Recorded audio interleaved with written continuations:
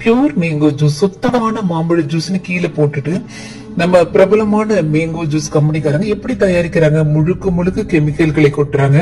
மாம்பழம் போல நிறம் வர்றதுக்கான நிறப்பொடிகள், கிடாம இருக்கிறதுக்கு நிறைய விஷத்தன்மையுள்ள கெமிக்கல்களை கொட்டுறாங்க.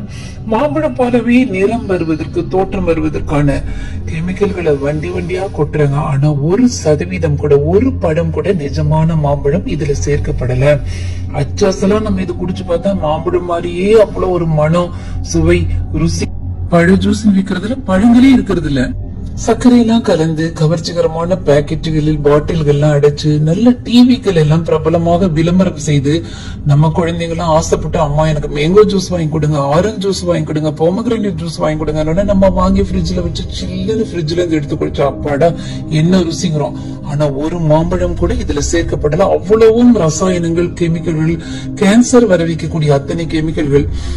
ஹாஸ்பிட்டலுக்கு வர பேஷண்ட்ல நிறைய பேர் சின்ன பிள்ளைங்களுக்கு வந்து கேன்சர் வந்து கண்டுபிடிக்கப்படும் போது அதிர்ச்சியா இருக்கும். கேட்டா குர்குர் லீஸ் சாப்பிடுவான், நிறைய குளிர்பானங்கள் குடிப்பான்னு. நிஜமான ஆரஞ்சு மாம்பழ ஜூஸ் வீட்லயே போட்டு குடிங்க.